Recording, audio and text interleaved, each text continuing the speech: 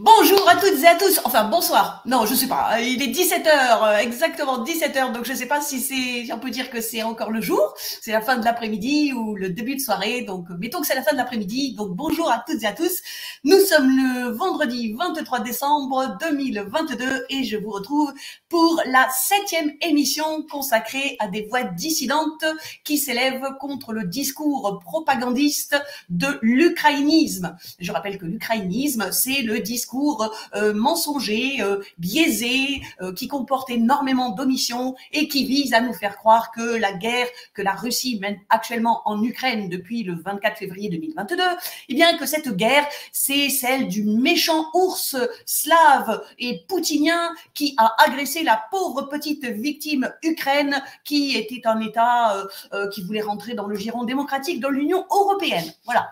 Donc ce discours est aussi mensonger avec des mensonges factuels ou avec des omissions. Donc un discours propagandiste aussi mensonger que celui du covidisme. Et parce que je déteste le mensonge comme mon camarade Jean-Baptiste, eh bien j'ai décidé de vous présenter des personnalités francophones qui ont un point de vue différent sur ce conflit, parce qu'effectivement c'est un conflit. Et aujourd'hui donc la 7e voix dissidente que j'ai décidé de vous présenter s'appelle Anne Morelli. Vous la voyez à l'écran. Donc c'est une professeure d'université belge. Elle est à la retraite actuellement. Et je vais vous présenter sa réflexion sur la propagande de guerre. Donc Anne Morelli a la particularité en 2001 d'avoir publié un livre qui s'appelle « Les 10 principes de la propagande de guerre » et c'est justement cela que j'ai eu envie de vous faire découvrir ce soir, voilà, avec deux entrevues, enfin une conférence de Anne Morelli en 2018 et puis un entretien avec Anne Morelli en 2022. Mais bien sûr, comme à chaque fois, il y a une petite musique de générique qui fait référence à la culture russe et pour cette émission, je vais vous présenter un 3e morceau que j'ai découvert il y a quelques jours et qui s'appelle « L'adieu des femmes slaves ». Voilà, l'adieu des femmes slaves. C'est un morceau de musique qui a été composé en 1912 par un compositeur russe qui s'appelle Vassili. C'est pas possible. Vassili Agapkine. Et donc, ce que nous allons entendre pendant 3 ou 4 minutes, eh bien, c'est l'adieu des femmes slaves, qui est une très très belle mélodie et en même temps une marche militaire. C'est parti pour l'adieu des femmes slaves. Il faut que je retrouve quand même le... Ouais, c'est bon, c'est parti.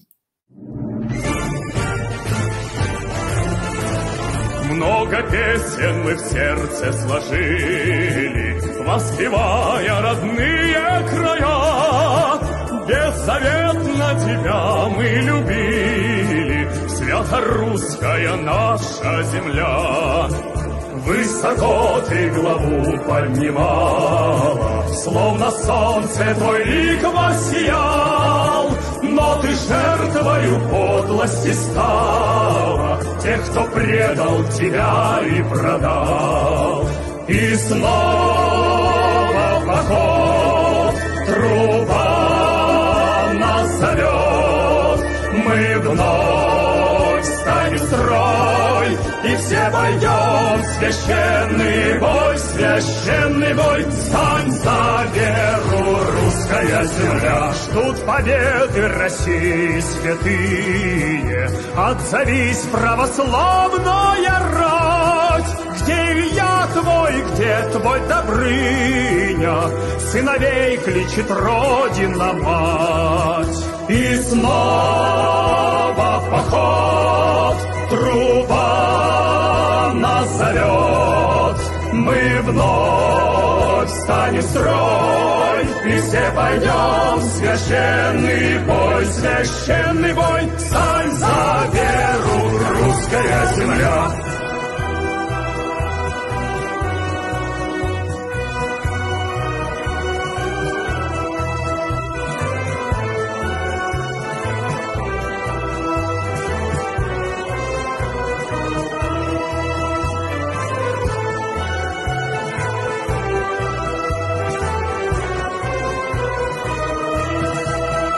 Все мы дети великой державы, все мы помним заветы отцов.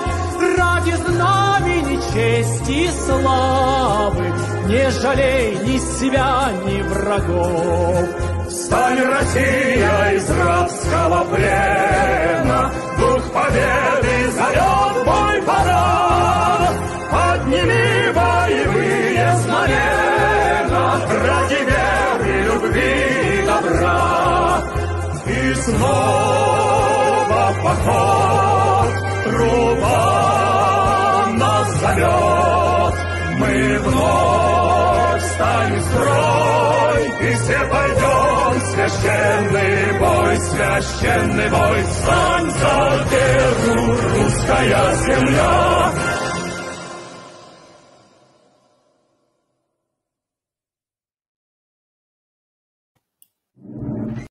Non, j'allais le remettre une deuxième fois. Donc, ce morceau de musique que vous avez entendu et que j'ai découvert il y a quelques jours s'appelle L'adieu des femmes slaves et il a été composé en 1912 par Vassili Ivanovitch Agapkin. C'était un chef d'orchestre militaire et un compositeur russe, puis après, évidemment, il est devenu soviétique en 1922.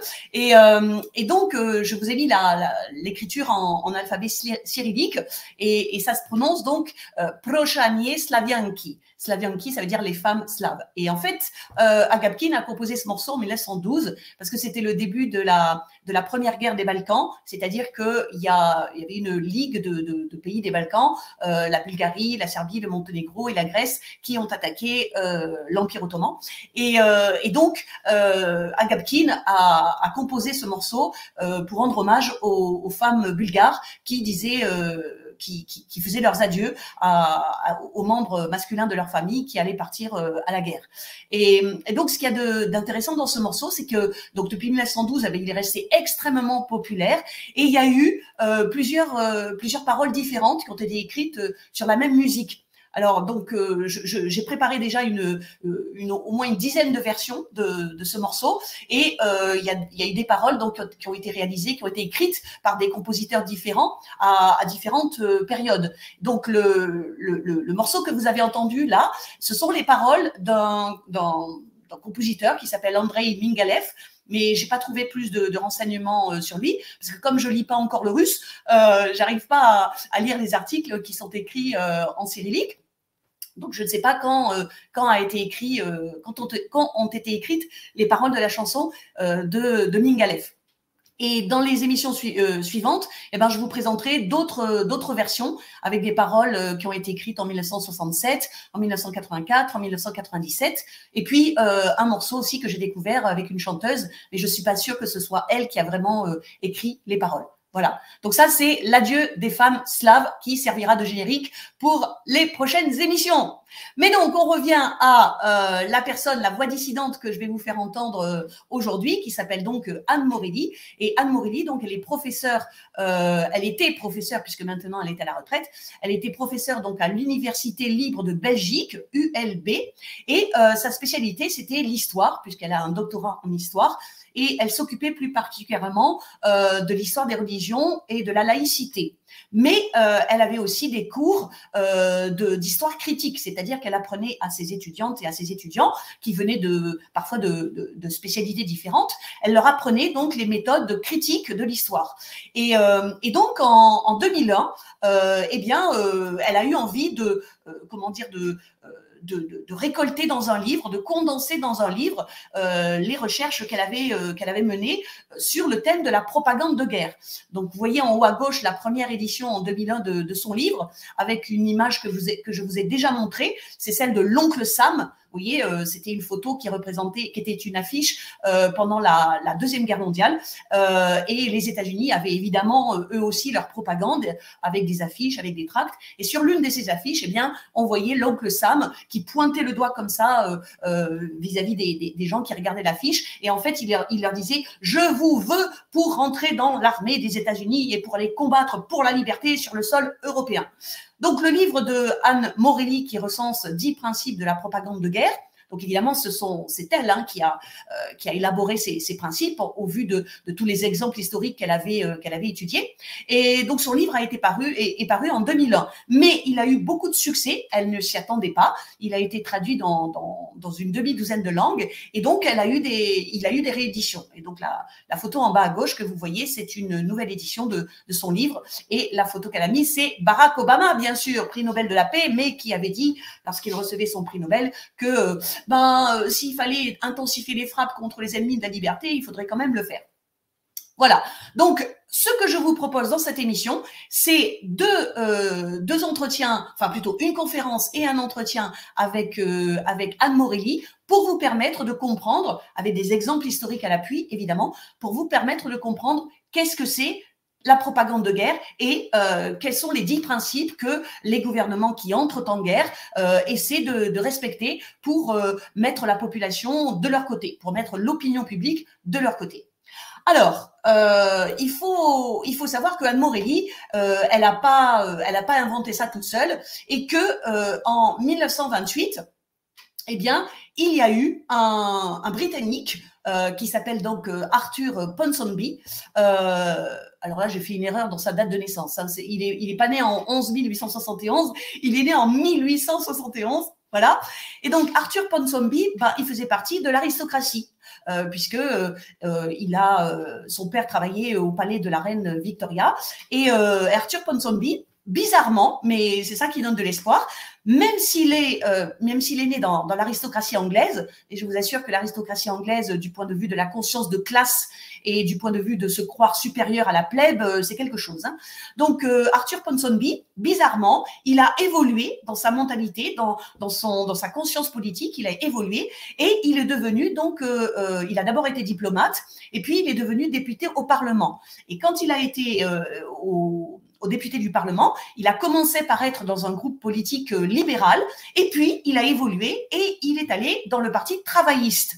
Et je dis bien le parti travailliste avant que dans les années 90, il y a un certain Tony Blair qui fasse une reconversion du Parti travailliste et qu'il l'appelle le nouveau Parti travailliste. Et là, il y avait plus tellement de soucis des classes populaires.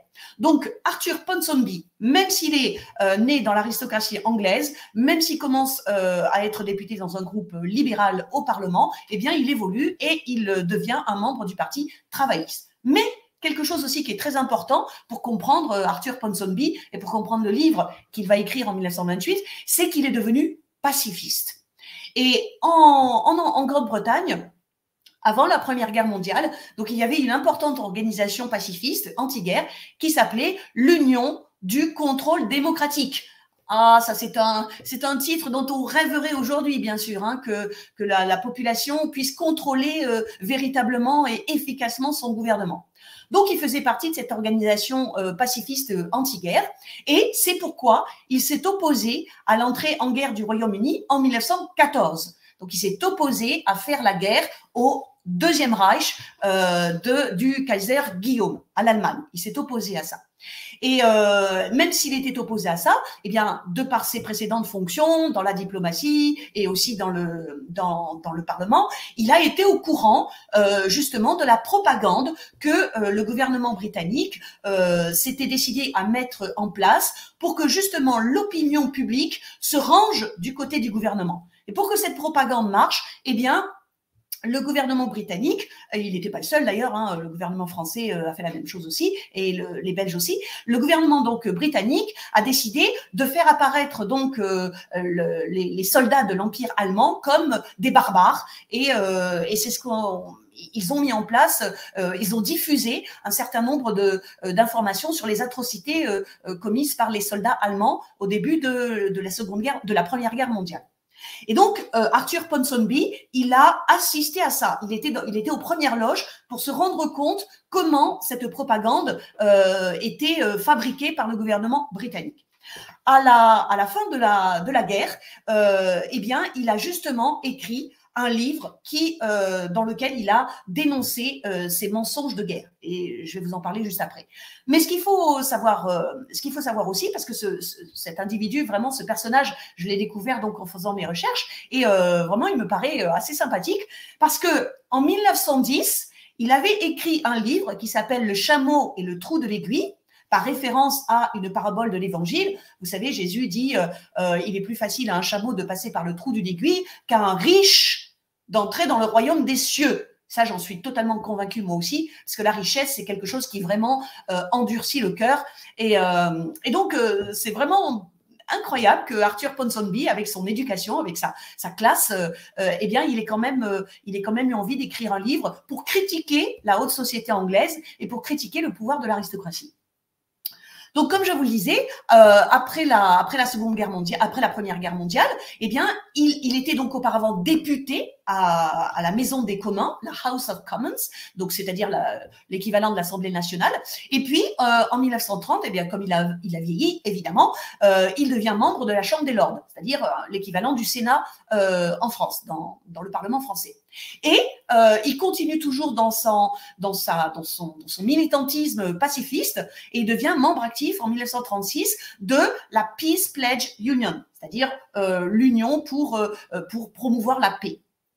Et quelques années plus tard, eh bien, il continue dans son, comment dire, il reste ferme dans ses convictions et il refuse d'entrer dans le gouvernement de coalition de Winston Churchill en 1940. C'est-à-dire, il refuse encore une fois de participer à un gouvernement qui a décidé une guerre, même contre Hitler. Alors, comme je connais pas bien sa biographie, je sais pas si effectivement le livre qu'il avait écrit en 1928 et que je vous montre maintenant, qui s'appelait donc Les mensonges en temps de guerre, peut-être que ça l'avait vraiment convaincu que tout ce qu'on disait sur un gouvernement qui paraissait agressif et tout ça, c'était faux. Peut-être qu'il croyait ça, mais en tout cas, concernant les atrocités commises par Hitler, là quand même, on ne pouvait pas se tromper. Hein.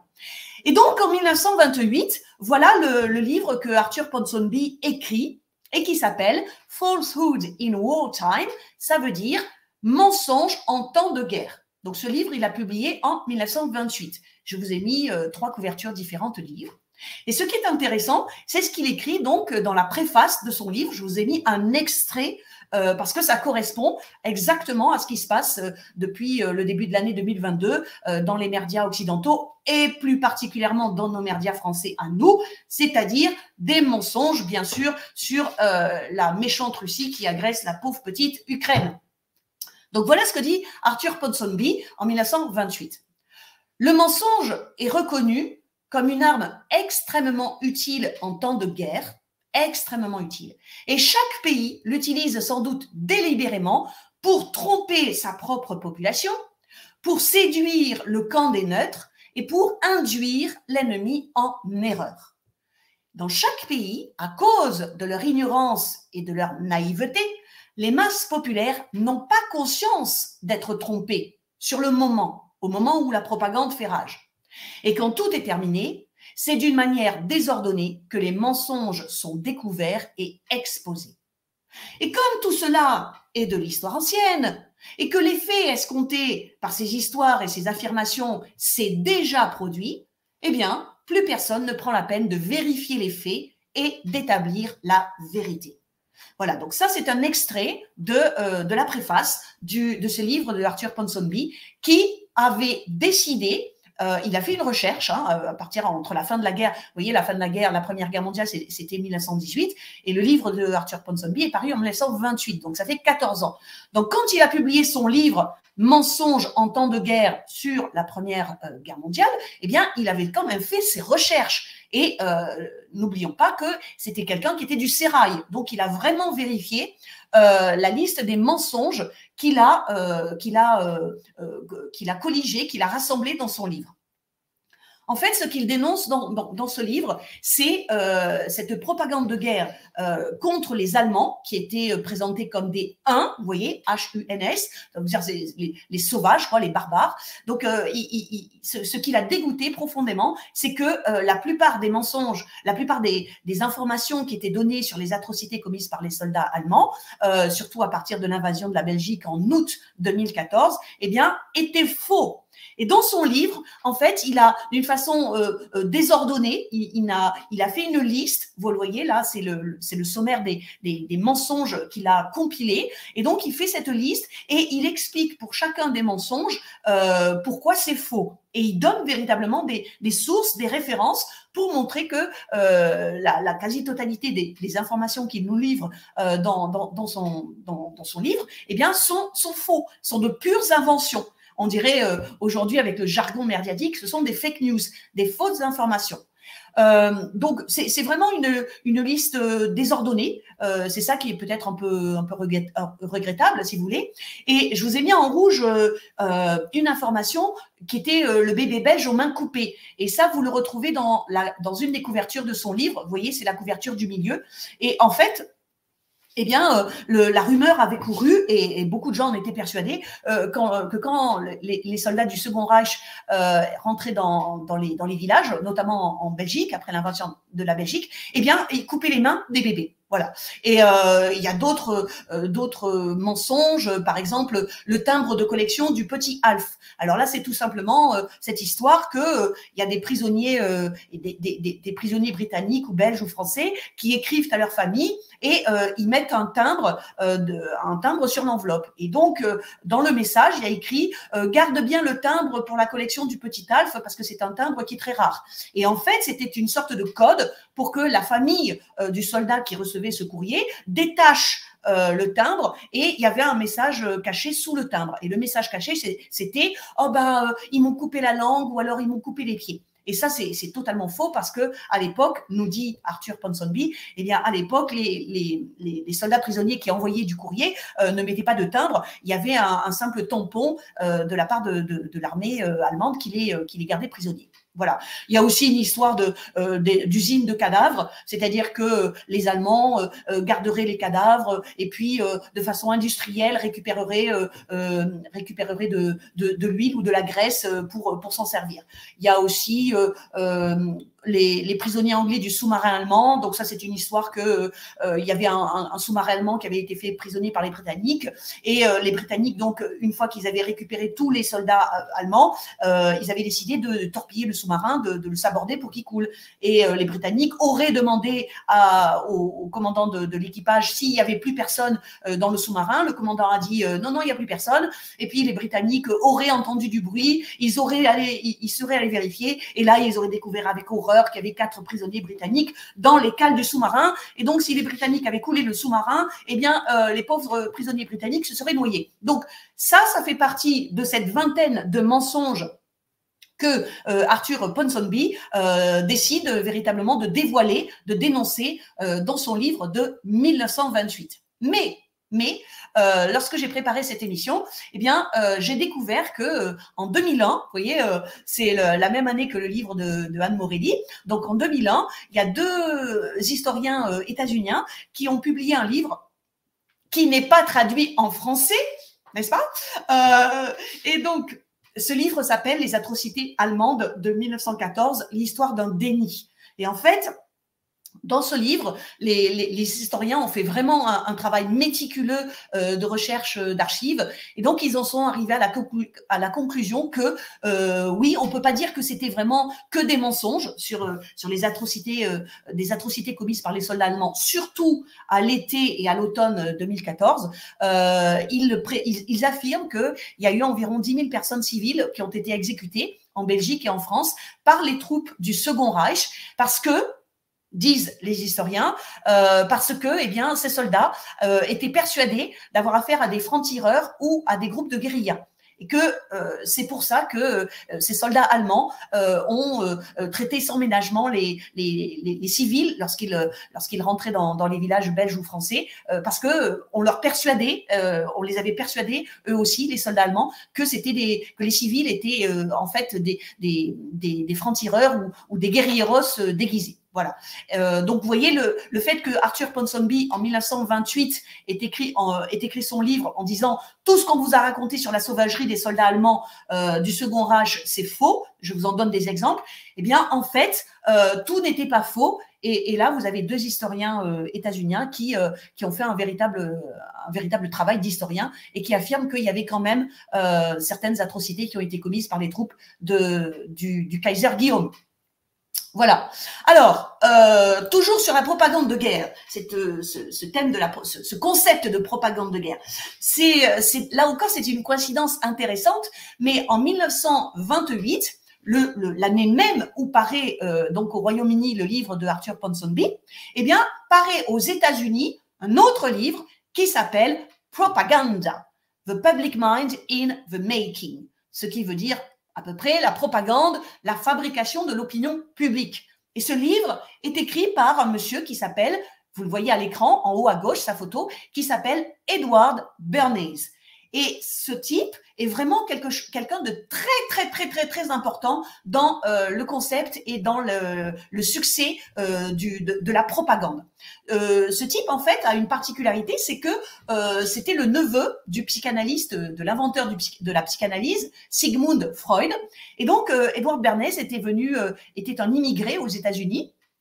Et lorsqu'il s'est donc installé aux États-Unis, il s'est senti comme un poisson dans l'eau, bien sûr, parce que il aimait bien faire des affaires. Et donc, avant la Première Guerre mondiale aux États-Unis, il avait fait un petit peu de journalisme, mais il commençait déjà à faire, en gros, des campagnes de communication pour des clients qui le lui demandaient. Donc, il était à moitié journaliste et à moitié publiciste, si vous voulez. Et ce qui s'est passé pendant la Première Guerre mondiale, c'est qu'il a fait partie d'une commission, donc je vous ai mis le nom en bas, la Commission pour l'information du public. Encore une fois, une histoire de propagande, parce que vous savez que les États-Unis ne sont pas rentrés tout de suite dans la Première Guerre mondiale. Ils ont attendu 3 ans, bien sûr. Et à partir du moment où le président des États-Unis,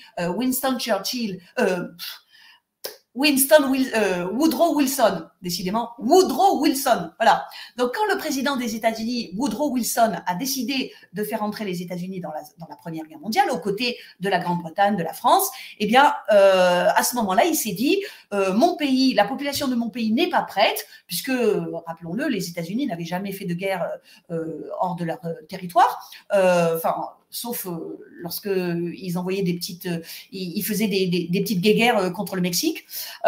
Mais donc, Wilson s'est dit, il va falloir que je retourne mon opinion publique pour que les États-Uniens soutiennent l'entrée de notre pays dans la Première Guerre mondiale. Et pour cela, il a créé, donc il a mis sur pied une commission pour l'information du public, qu'on appelle aussi la commission George Creel.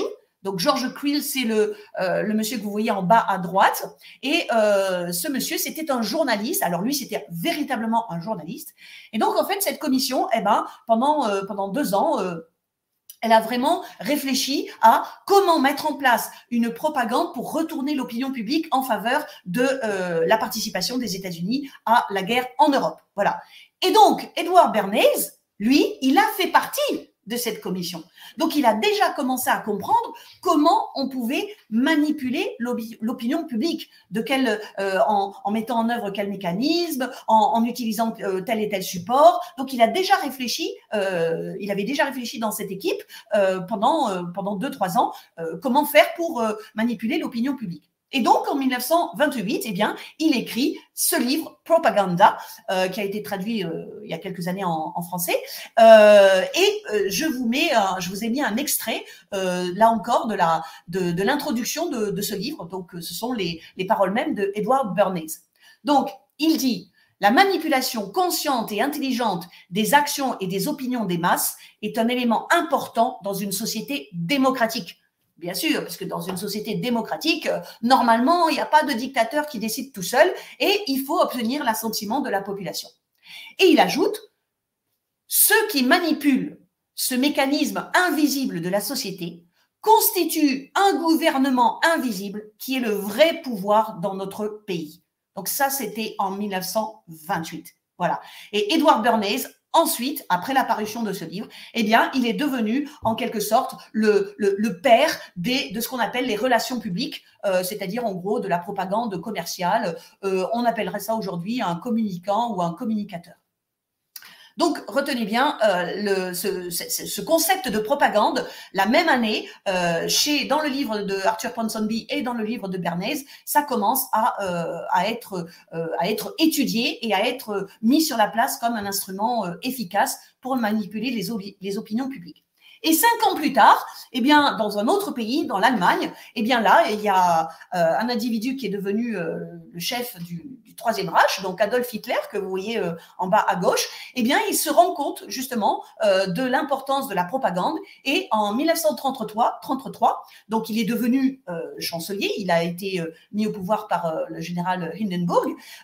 Donc, lorsqu'il est chancelier, il décide de créer un ministère de l'information du peuple et de la propagande, et il confie ce ministère à une de ses âmes damnées, qui est Joseph Goebbels, que vous voyez en haut à gauche. Et je vous ai mis une photo à droite de l'immeuble de ce ministère de la propagande à Berlin, lorsqu'il a été créé en 1933. Et pour vous montrer que Adolf Hitler, eh bien, il avait parfaitement retenu les leçons justement de la Première Guerre mondiale, je vous ai mis un extrait de ce qu'il écrit dans le premier volume de son autobiographie, hein, on va dire, qui s'appelle donc Mein Kampf. Et donc, il a écrit la première partie de ce livre en 1924. Et donc, voici ce qu'il nous dit. Depuis que j'étudie les événements politiques, mon intérêt est devenu immense pour l'activité de propagande. J'ai vite compris que le bon usage de la propagande est un véritable art qui reste pratiquement inconnu au parti bourgeois. Alors, parti bourgeois, n'oubliez pas qu'à ce moment-là, alors j'ai pas vérifié, je sais pas s'il a créé le Parti national-socialiste, mais c'est pour ça qu'il parle de parti bourgeois, parce que lui, il se prétend ayant un souci des masses populaires. C'est avec la Grande Guerre, donc la guerre de 14-18, qu'il est devenu évident qu'une bonne utilisation de la propagande pouvait produire d'immenses résultats. Mais lui, bien sûr, il l'a vécu très très mal, il l'a vécu du côté allemand, parce que justement, il était persuadé que la propagande des pays alliés comme la Grande-Bretagne, la France ou les États-Unis, c'était ça qui avait en fait permis la défaite de l'armée allemande. Et donc, il ajoute, ce que nous avons échoué à faire, donc nous, c'est-à-dire le Second Empire du Guillaume Kaiser, hein, du Kaiser Guillaume, ce que nous avons échoué à faire pendant la Première Guerre mondiale, notre ennemi l'avait fait avec un talent étonnant et une capacité réellement brillante de planification. J'ai moi-même énormément appris de cette propagande de guerre de l'ennemi. Eh bien, évidemment, il a tellement bien appris qu'il a tiré les leçons et que le ministère de la propagande sous les mains de Joseph Goebbels a bien fait son travail pendant plusieurs années. Voilà. Alors, on saute à peu près une trentaine d'années, mais je vous montre un autre exemple de propagande de guerre, cette fois-ci du côté des États-Unis. La commission Creel, vous avez vu, c'était pendant la Première Guerre mondiale, mais ça n'avait duré que 2 ans. Alors là, évidemment, quand les États-Unis ont décidé d'intervenir militairement au Vietnam, donc c'était en 1961, et malheureusement, ça s'est terminé en 1975 par la défaite des États-Unis, hein, soi-disant plus grande puissance militaire du monde à cette époque, eh bien, la télévision était devenue justement une arme de propagande. Et là, je vous ai mis un personnage qui est très connu aux États-Unis. Donc, c'était un journaliste de télévision qui s'appelle Walter Cronkite. Et ce monsieur, donc, il était présentateur du journal télévisé du soir de CBS Evening News, et il a été présentateur donc de 1962 à 1981. Et ce monsieur, eh bien, il est allé sur le terrain en 1968, si je me trompe pas. Et là, il a vu que ce qu'on lui racontait déjà depuis quelques années, c'était pas tellement vrai sur le fait que les États-Unis contrôlaient tout, que l'armée faisait bien son travail, qu'ils allaient gagner sous peu de temps, etc. Et en fait, quand il est revenu, le problème, c'est que comme il présentait le journal télé du soir, il ne pouvait pas laisser libre cours à ses inquiétudes ou à ses doutes, d'accord? Donc, il a continué à présenter le journal télé, mais en minimisant les succès des Vietnamiens. Voilà. Donc, c'est pour vous dire que dans cette période, donc les années 60-70, eh bien, la télévision, c'est-à-dire l'image animée et éventuellement du direct, eh bien, ça devenait quelque chose de très important dans la propagande. Voilà. Donc ça, c'est quelques éléments que je voulais vous donner sur ce concept de propagande de guerre. Et puis, avant de revenir à Anne Morelli, puisque c'est quand même elle le sujet principal de mon émission, je voulais vous parler d'un autre intellectuel, toujours vivant, hein, et toujours belge aussi, comme Anne Morelli, et qui s'appelle Michel Colomb. Peut-être vous le connaissez déjà parce qu'il a un site internet qui s'appelle Investigation, pardon, et il a aussi une chaîne YouTube. Et moi, j'ai déjà regardé beaucoup de ses émissions parce qu'il a vraiment une analyse très percutante et très pertinente des stratégies de guerre des pays, le plus souvent qui ont une position dominante, bien sûr, comme les États-Unis, par exemple. Et donc, lui, Michel Colomb, à partir de 2010 à peu près, il a diminué de moitié les principes de la propagande de guerre que Anne Morelli avait listés. Et lui, il en a édicté 5. Voilà, et vous les voyez à l'écran. Cacher les intérêts économiques et financiers des pays qui déclarent la guerre ou qui font des interventions militaires. Occulter l'histoire, très très important. Occulter l'histoire, cacher tous les faits historiques qui permettraient de comprendre un conflit. Diaboliser l'adversaire. Hein, on retrouve quelque chose dans les 10 principes de Anne Morelli.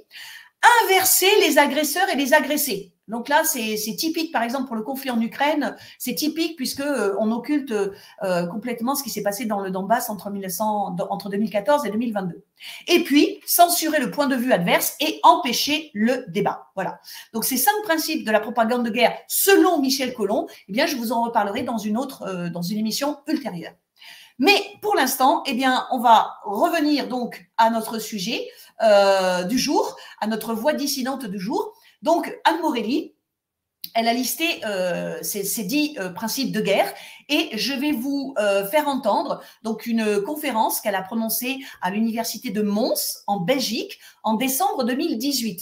Et j'ai trouvé cette conférence vraiment intéressante parce que d'abord, c'est une très très bonne professeure, c'est une bonne pédagogue. Et ensuite, elle illustre les 10 principes, elle les illustre avec des exemples historiques et avec des exemples tirés des médias. Bien sûr. Donc, c'est ça qui va nous aider à nous faire comprendre justement ces 10 principes. Donc, sans plus attendre, eh bien, je donne la parole à Anne Morelli. Donc, on est en décembre 2018 et elle parle à des jeunes ou à des adultes et elle va donner donc des exemples de ces 10 principes de la propagande de guerre. C'est parti!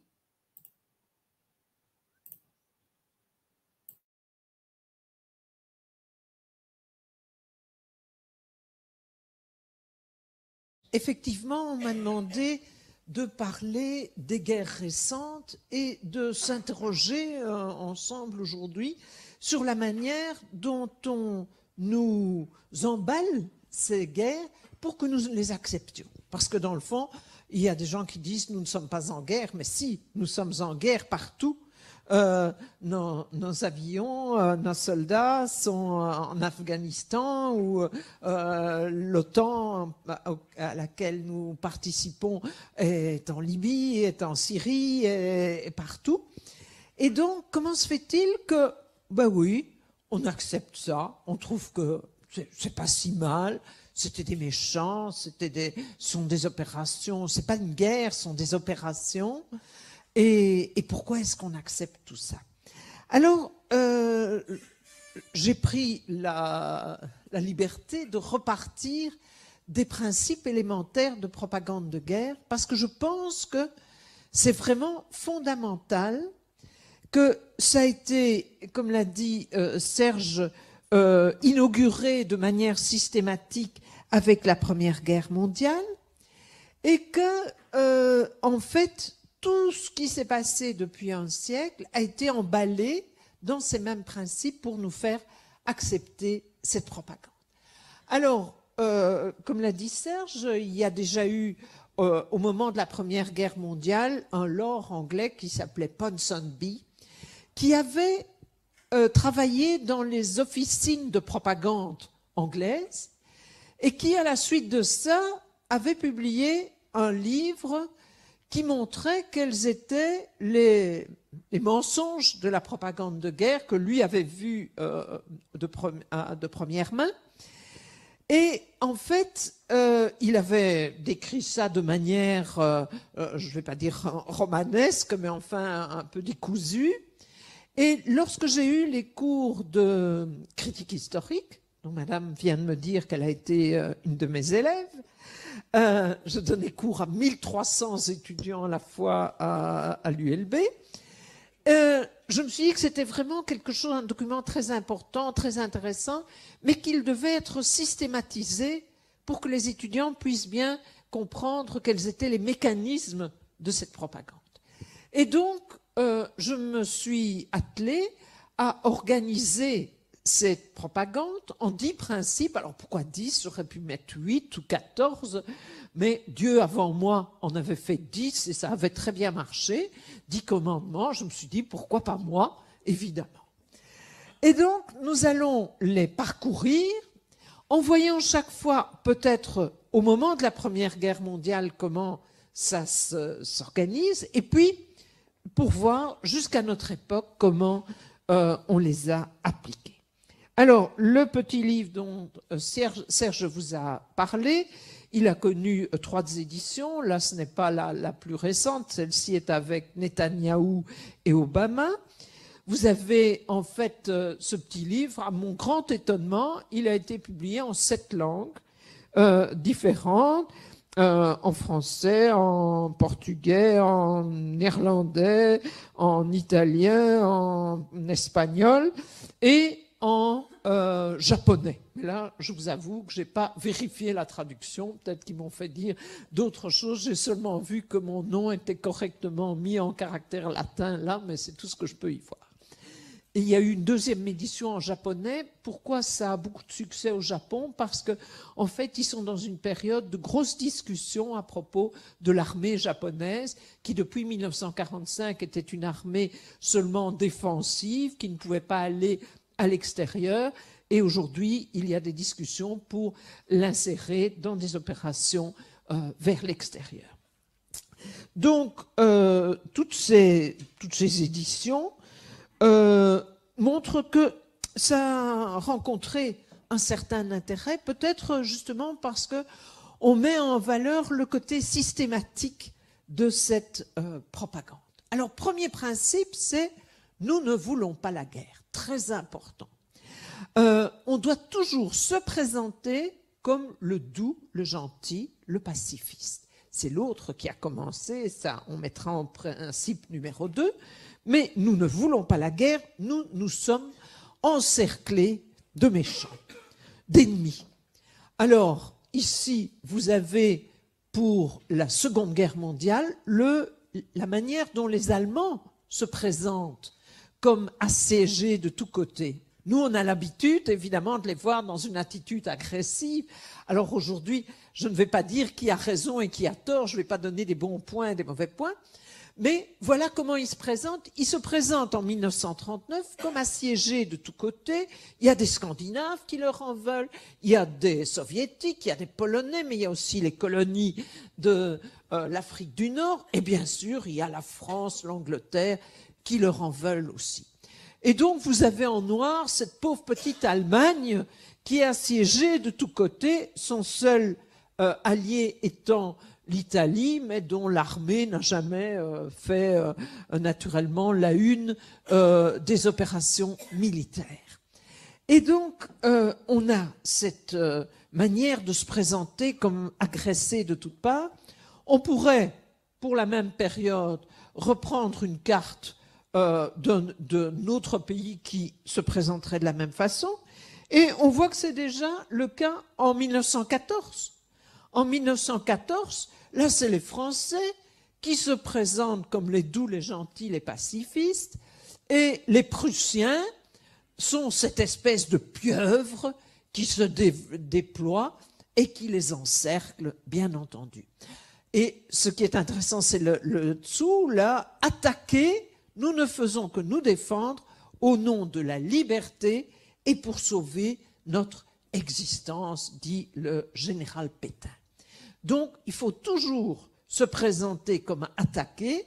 Alors, parfois, c'est compliqué de se présenter comme attaqué. Comment ont fait les Allemands en 1939 pour justifier auprès de leur population le fait qu'ils envahissaient la Pologne? Eh bien, il y a eu une mise en scène qui voulait que des Polonais soient entrés en Allemagne pour faire sauter une station d'émission allemande. Et c'était des soldats allemands habillés en soldats polonais qu'on a dûment filmés et photographiés. Et du coup, la population allemande était sûre d'être dans son bon droit. Regardez ce qu'ils ont fait, si ce n'est pas quelque chose de scandaleux. Alors, le corollaire immédiat, c'est évidemment que c'est l'adversaire qui a commencé.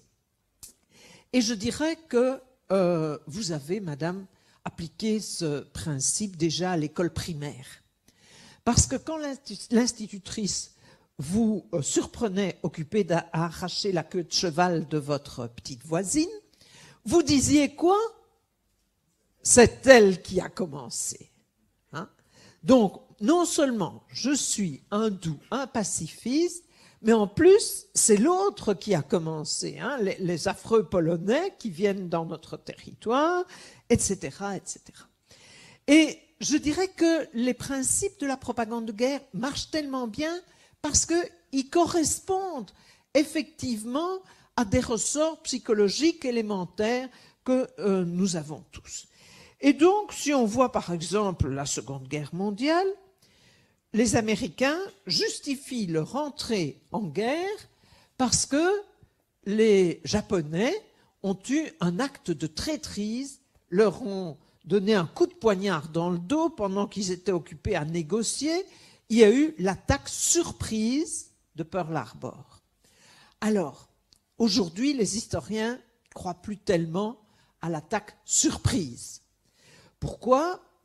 Parce que d'abord, il y avait des espions qui avaient déjà annoncé moult fois que l'attaque des Japonais se passerait dans ces îles. Si vous voyez la carte en haut à droite, c'est évident que c'est à mi-chemin quasiment entre le Japon et les États-Unis. Ils n'allaient pas attaquer Washington ou New York, mais bien les îles les plus proches.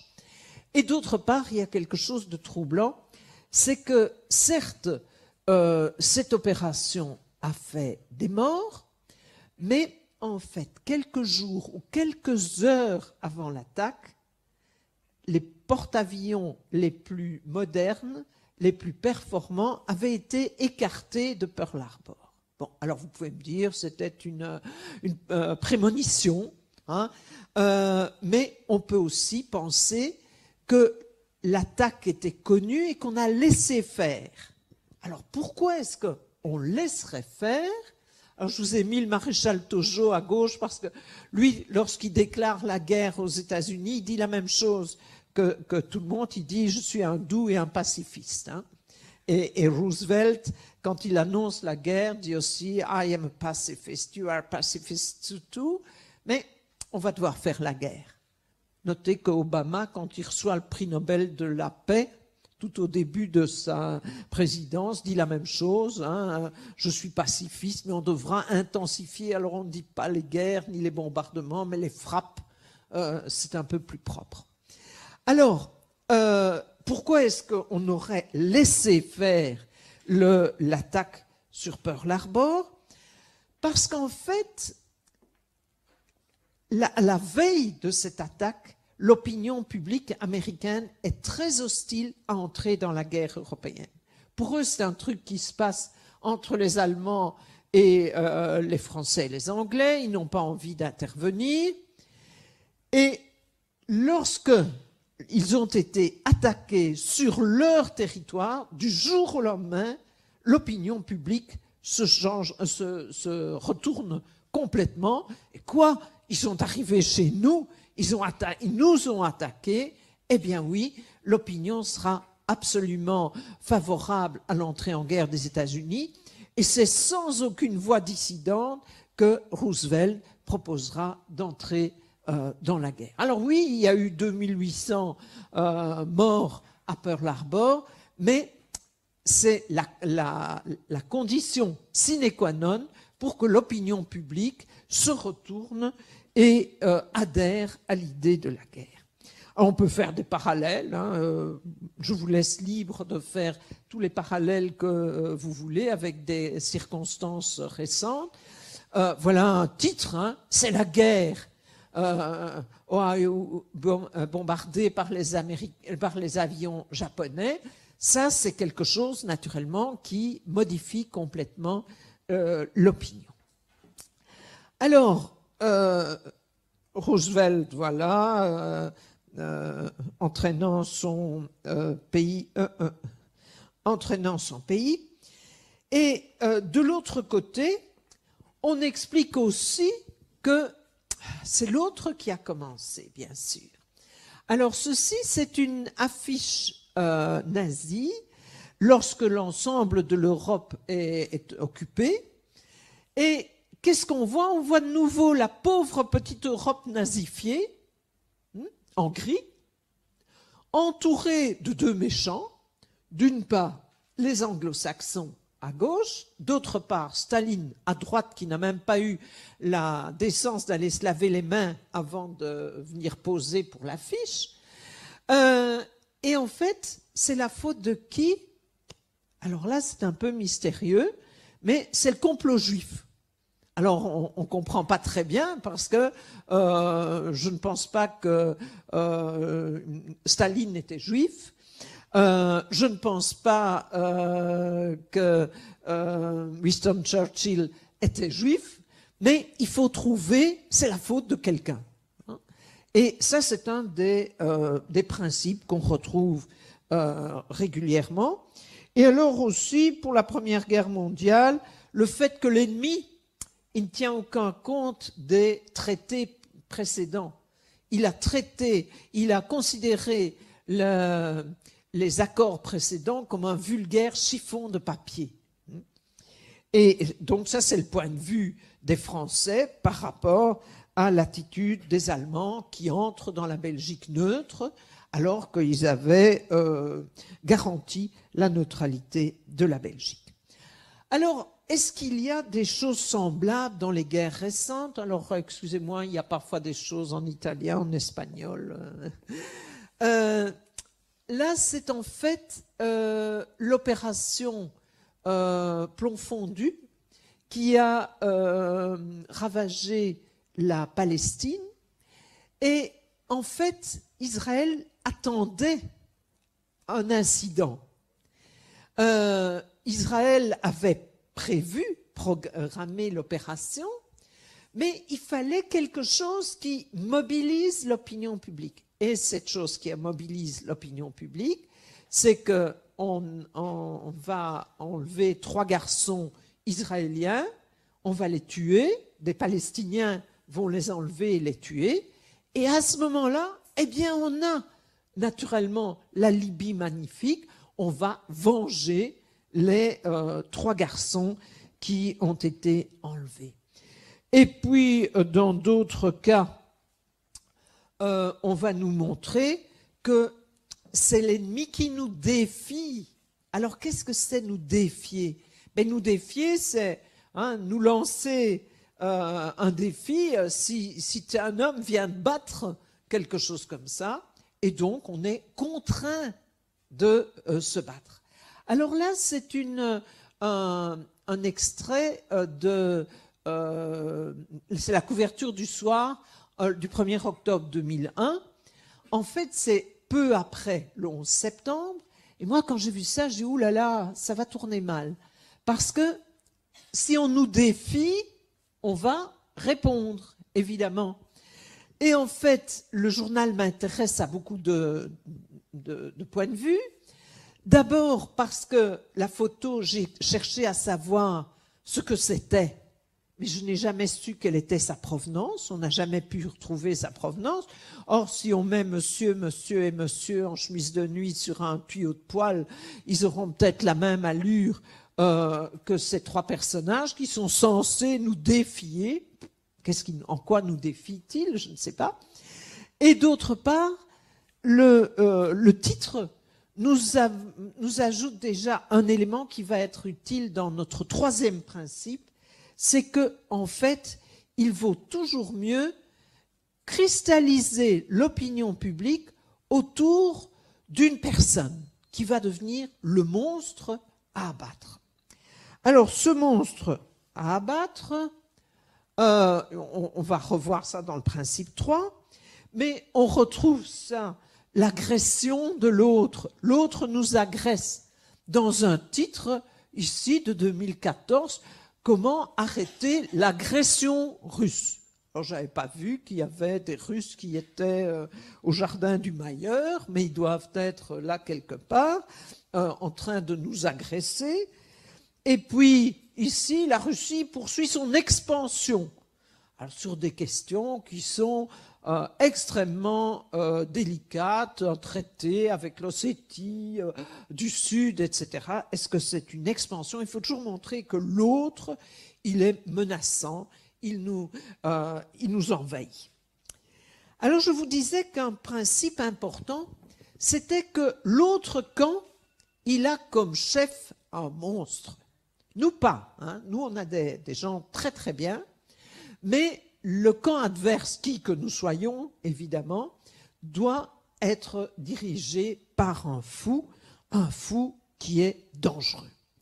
Et lors de la Première Guerre mondiale, on a vu ça de manière tout à fait claire avec le personnage du Kaiser.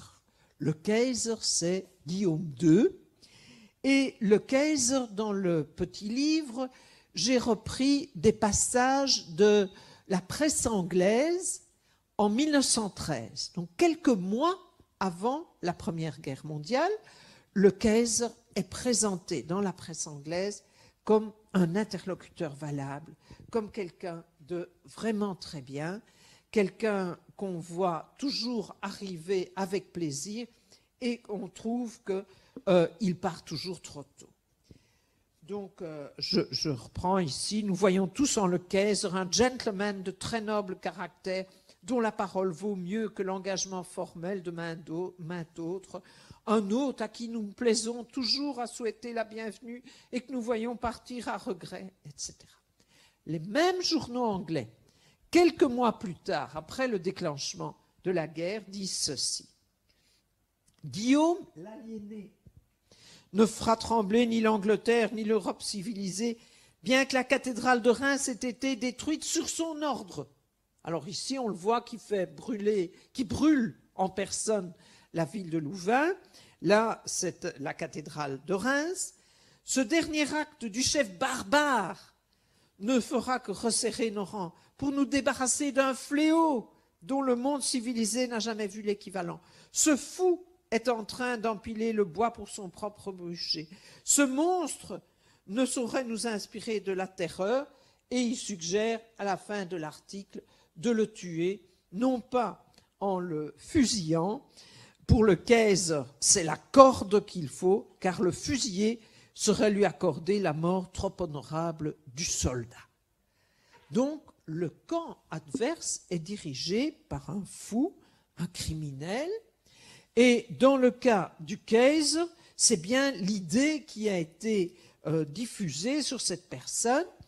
Dès le début de la guerre, dans un petit village de la France profonde, on pend l'effigie du Kaiser. La guerre, c'est la guerre contre le Kaiser. Parce que ce n'est pas la guerre contre les Allemands, c'est la guerre contre le Kaiser. Et on va essayer d'aller le rechercher à Berlin. Et quand on l'aura abattu, eh bien on sera tranquille, on reviendra au bonheur qui était le nôtre auparavant. Alors, on retrouve ce Kaiser dans toute la propagande. Vous le voyez là avec son casque à pointe, sa croix de fer, etc. Et en fait, bon, là, les Alliés ont gagné contre l'Allemagne. Et qu'est-ce qu'il est devenu, le Kaiser, après? Est-ce qu'on l'a pendu, comme c'était prévu? Est-ce qu'on l'a fusillé? Est-ce qu'on l'a emprisonné? Ben, pas vraiment, parce que quand même, c'est le cousin de la reine d'Angleterre, c'est le cousin du roi de Hollande, c'est le cousin du tsar, c'est le cousin du roi Albert. Et qu'est-ce qu'on fait? Ben, on lui permet de partir dans un exil très lointain et très dur, très désorientant. Il part en Hollande. Et il est accompagné de 54 wagons avec ses petites affaires. Il faut quand même bien vivre décemment, un peu de vaisselle, un peu de lingerie. Et il va vivre dans un joli petit palais en Hollande qu'on peut visiter et où on voit que c'était un homme très sensible parce qu'il a fait faire une tombe pour chacun de ses chiens, en tout cas. Donc, voilà, c'était un personnage si sympathique en 1913. De 14 à 18, c'est un monstre. Et puis voilà que fin 18, tout compte fait, on va le laisser mourir dans son lit entouré des personnes qui lui sont chères. Et on peut voir que ce personnage, ce cliché du monstre par intérim, on peut l'appliquer à beaucoup de chefs de guerre adverses chaque fois. Alors il y en a certains qui avaient une propension naturelle à devenir monstres, mais même ceux-là, ici c'est Hitler, on va exagérer la monstruosité du personnage. Ici, c'est un tract que les Alliés lancent sur l'Allemagne. Et ce tract, c'est une composition, évidemment, avec un Hitler tout souriant sur un champ de cadavres et qui dirait « Je me sens si frais, le printemps arrive ». Bon, c'est naturellement assez glaçant. Et on va le montrer dans cette composition aussi sur un fond de ciel rouge, une ville en ruine, lui menaçant. Et puis, comme c'est une affiche anglo-saxonne, il dit quelque chose qui ne nous semble peut-être pas le pire de tout ce qu'il est dit. Il faut choisir entre être allemand ou être chrétien. Bon. Alors, de l'autre côté, on fait la même chose. On montre aussi les gens qui nous sont chers, nos chers dirigeants, on les montre aussi comme des monstres. Alors regardez cette découpe faite du personnage de Winston Churchill, et il est présenté évidemment comme étant un gangster, avec son cigare un peu pendant, avec l'arme serrée contre lui. Et le but est chaque fois de montrer que le chef du camp adverse, c'est un monstre. Voilà Roosevelt, vu par les Japonais. Il n'a pas l'air commode. Voilà Staline, vu par les nazis, qui heureusement viennent empêcher Staline de mettre le feu à l'Ukraine, ce qu'il se préparait à faire. Et vous me direz, tout ça c'est du passé, les gens étaient stupides, mais aujourd'hui on emploie les mêmes recettes. Lorsque c'est la première guerre du Golfe, le Vif Express nous montre Saddam, moitié dans le noir, et les 6 atouts de Saddam ont tout pour nous inquiéter, nucléariser, déstabiliser, surprendre, terroriser, sacrifier, tenir. Voilà un programme qui n'est pas très réjouissant. Et puis il y a des photos. Il y a une photo d'une explosion nucléaire. Bon, c'est peut-être Hiroshima ou Mururoa, parce que, à notre connaissance, les Irakiens n'ont pas fait d'explosion nucléaire, mais on la met là. Et puis, il y a une photo de Saddam Hussein dans un geste étrange. Il a l'air de faire un salut nazi.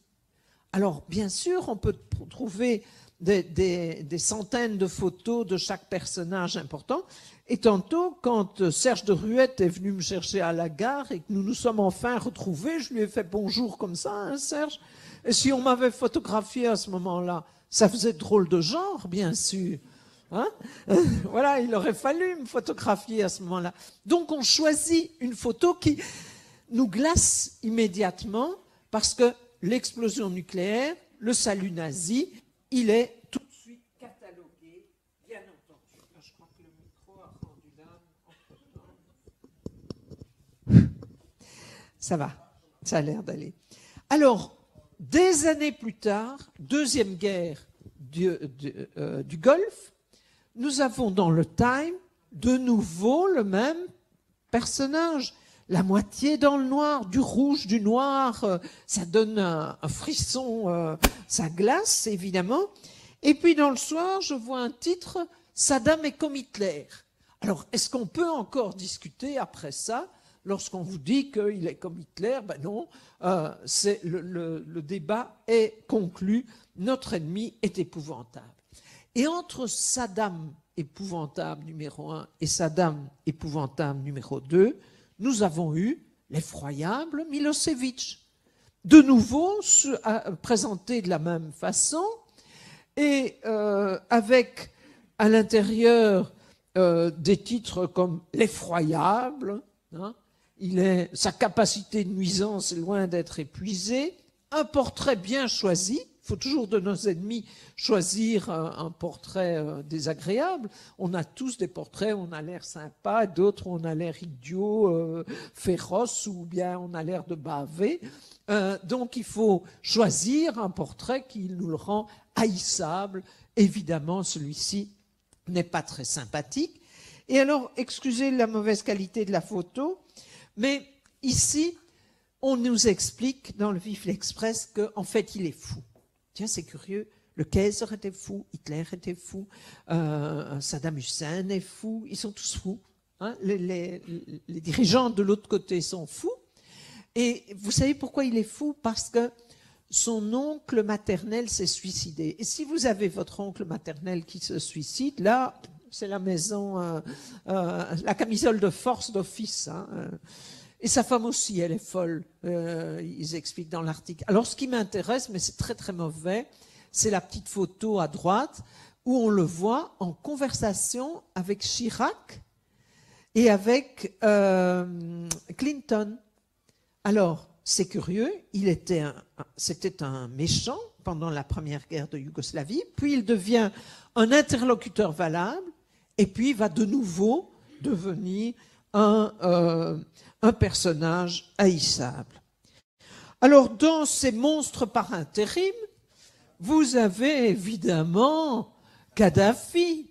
Kadhafi était recherché par toutes les polices du monde, et puis il plante sa tente dans le jardin de l'Élysée, probablement qu'il apporte quelques petits cadeaux à Sarkozy, et puis il tape sur le dos amicalement de Berlusconi, et même chez nous, on lui déroule le tapis rouge. Donc à ce moment-là, il est un interlocuteur valable. C'est quelqu'un dont avec qui il faut négocier. Et en fait, on va après lui réserver une fin abominable. Alors, voyez ces chefs du camp adverse, comment on présente leur fin. Alors ça, c'est en 1945, ça, c'est en 2003, ça, c'est en 2011, et je crois qu'on pourrait continuer. Hein. Alors, il y en a qui ont été présentés un petit moment comme étant des monstres, puis on n'en a plus entendu beaucoup parler. Le président iranien Ahmadinejad, ou bien voilà, qui était l'homme qui faisait trembler le monde. Voilà une vision de la guerre contre l'Irak. Et puis aujourd'hui, ce serait peut-être Poutine qui serait le monstre qui monte là, hein, et il est de plus en plus monstrueux. Et il provoque aussi. Donc, il n'y a pas que le défi ne vient pas que des talibans, mais la provocation peut venir de lui. Le conseiller diabolique de Poutine, hein, c'est inquiétant, évidemment. Et puis celui-là, c'est peut-être pas mal non plus, hein. Kim a-t-il fait manger son oncle par ses chiens, hein? C'est une nouvelle qui a été diffusée assez sérieusement à un certain moment, jusqu'à ce qu'on comprenne que c'était une nouvelle amusante qu'avait créée un internaute chinois qui trouvait que c'était tellement hilarant tout ce qu'on disait de Kim que oui, il avait affamé ses chiens pendant des semaines et puis il avait lancé son oncle au milieu et les chiens l'avaient dévoré. Enfin, quelque chose évidemment d'abominable et qui s'est révélé être faux. Les guerres ont toujours les mêmes motifs. Il y a toujours dans les guerres des motivations économiques, hein. Je voudrais la Lorraine sidérurgique, je voudrais les colonies de l'autre, je voudrais du pétrole, je voudrais des ressources énergétiques. Ça, on ne va pas en parler. Et on ne va pas parler non plus des vraies motivations qui sont des motivations géostratégiques. Je vais introduire mes troupes ici, je veux une base dans tel pays, etc. Ou franchement, je veux rattacher telle partie. Donc, les guerres ont des motivations géostratégiques et économiques, mais de ça, on ne va pas parler. Alors, de quoi est-ce qu'on va parler? Eh bien, on va masquer les buts de la guerre sous de nobles causes, parce que si vous dites aux gens, on va mourir pour aller chercher du pétrole, il n'y aura pas beaucoup d'amateurs. Tandis que si vous dites, comme le prétend cette gravure allemande, Im Kampf für Recht und Freiheit, dans le combat pour le droit et la liberté. Donc les Allemands, pendant la Première Guerre mondiale, ils meurent pour le droit et la liberté. Ça, c'est assez beau, naturellement, c'est un peu enthousiasmant. Ce qui me trouble, c'est que je vais voir un monument aux morts en Flandre, et qu'est-ce qu'il est marqué? Vos Recht und Freiheit. Ah, eux, ils mouraient für Recht und Freiheit, et les Belges en face, ils meurent vos Recht und Freiheit. C'est exactement la même chose, évidemment. Donc, des deux côtés, on persuade les gens, l'opinion publique, que c'est le droit et la liberté. Et on ne leur parle pas des revendications territoriales, par exemple, que les deux camps ont. Pour la Première Guerre mondiale, vous avez, de temps en temps, voilà, il lui faut des coups. En fait, après la Première Guerre mondiale, qu'est-ce qu'on voit? Mais la carte d'Europe a vachement changé. Les vaincus ont été dépecés. Les vaincus, c'est l'Empire ottoman, c'est la Russie, c'est l'Autriche-Hongrie. Et ceux-là, ils ont été dépecés.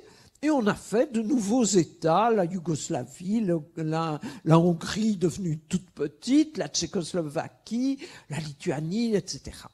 Donc, on n'a pas parlé de ça pendant la guerre, mais c'est bien un des buts, évidemment, de la Première Guerre mondiale. Et si on regarde notre cas particulier de la Belgique, mais nous avons quand même reçu une petite Alsace-Lorraine, puisque nous avons reçu ce qu'on appelle les cantons rédimés, hein, Malmedy, Eupen. Et puis, nous avons surtout reçu des colonies allemandes, parce que les colonies des vaincus ont été dépecées aussi et redistribuées, et nous avons reçu comme ça le Rwanda-Urundi. Mais de tout ça, s'il vous plaît, ne parlez pas, parlez plutôt des belles choses. Par exemple, voilà, la Volkssturm, qui était la dernière garde rapprochée de Hitler. Qu'est-ce qu'on leur dit? Est-ce qu'on leur dit on va aller attaquer les Russes pour avoir les puits de pétrole de Bakou, ou bien parce que ce sont des sous-hommes, on va les exterminer? Pas du tout.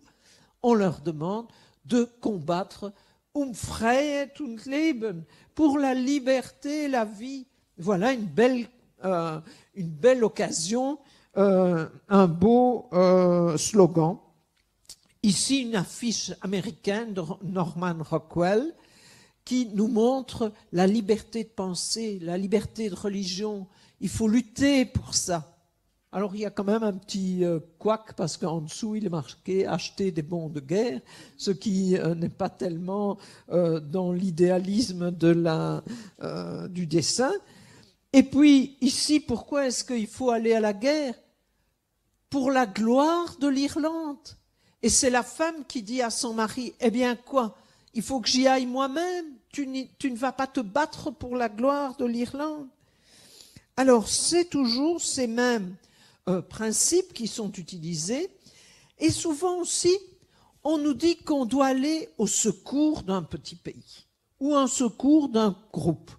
C'est ainsi que la Belgique a beaucoup servi dans la Première Guerre mondiale, parce que les Italiens ou les Américains sont venus au secours de la petite Belgique qui avait été envahie, ce qui est tout à fait vrai.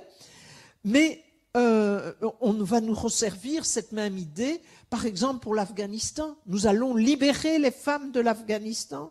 Elles rêvaient de porter la mini-jupe, et voilà que nous allons aller enfin les libérer. Ou là, l'Ukraine appelle l'Europe au secours. Ça me semble inquiétant, parce que ça veut dire que le jour où on va se battre contre les Russes, on dira « Ah, mais c'est pas nous, hein !» On va simplement au secours d'un petit pays qui nous le demande. Alors, principe suivant, c'est que l'ennemi, il provoque des atrocités. Lui, c'est son genre.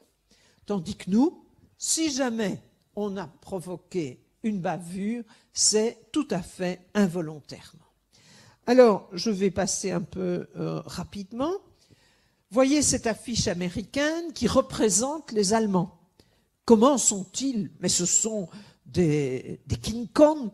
Hein. Il y a une déshumanisation de l'ennemi. Ce ne sont pas des êtres humains. Regardez un peu comment ils sont poilus, avec des pieds simiesques. Ils ont ruiné l'Europe. À qui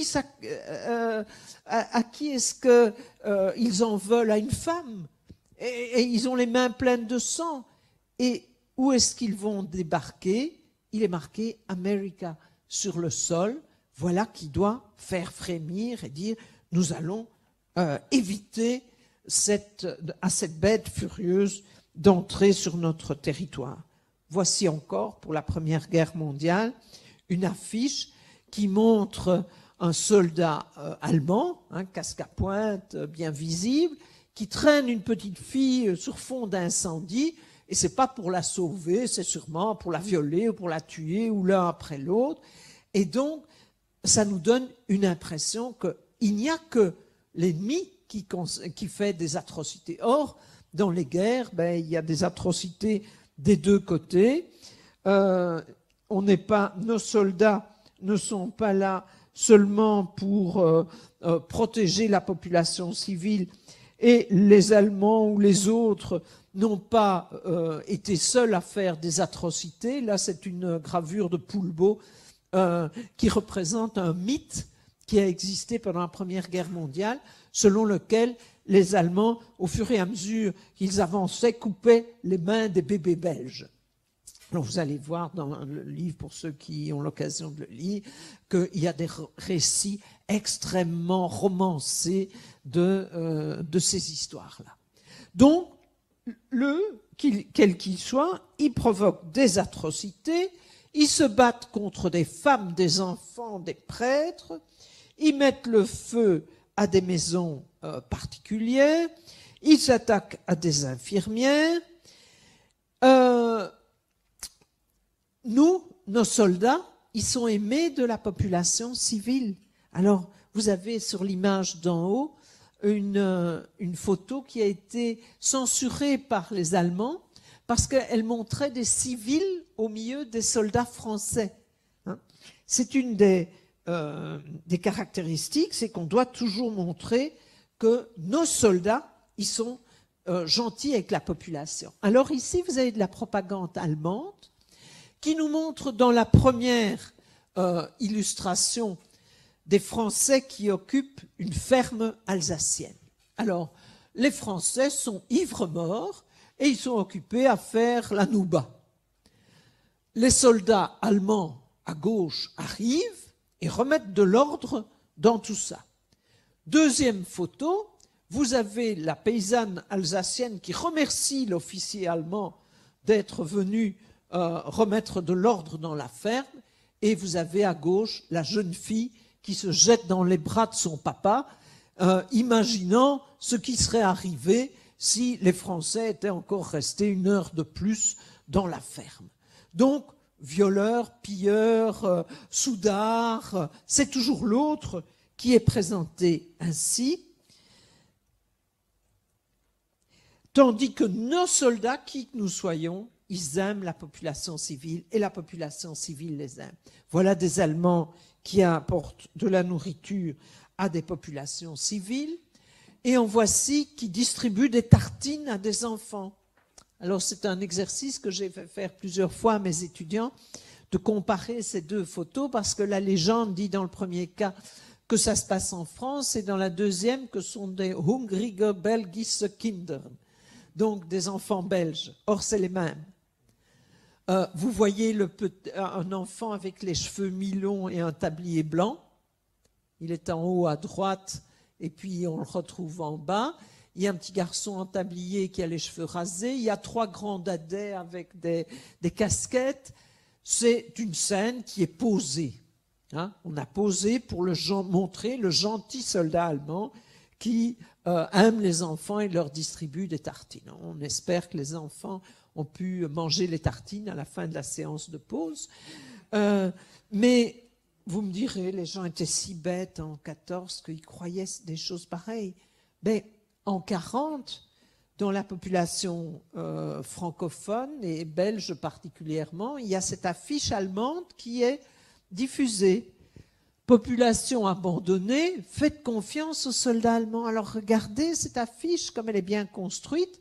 Vous avez ce beau gars qui n'a pas l'air agressif, hein. Il n'a pas d'armes, il a enlevé son casque pour ne pas faire peur aux enfants, et les enfants qui sont au sol ont encore un côté inquiet, mais celui qui est dans les bras du soldat allemand, il est radieux, et il a la fameuse tartine, hein, toujours une tartine. Alors, c'est ce que moi j'ai appelé le soldat babysitter. On présente nos soldats, qui que nous soyons, comme des soldats qui parcourent le monde avec des pampers dans un sac et des biberons tièdes dans l'autre pour aller chercher des bébés blonds. Et c'est un peu ce que j'ai trouvé ici dans le Wifle Express pour Be Fast, votre canal défense, c'est bien chez nous. Et vous avez de nouveau cette présentation de nos soldats comme étant des soldats humanitaires. Hein. Ils vont, de par le monde, sauver ces bébés blonds qu'on voit ici. Alors là, c'est en Irak, le soldat américain qui s'occupe des bébés, tandis que les autres, hein, les Japonais, regardez comment ils sont. Ceux-là, il faut s'en méfier, voilà ce qu'ils font des femmes. Et puis, en fait, quand on regarde d'un regard historien les deux côtés, eh bien, il y a des atrocités des deux côtés.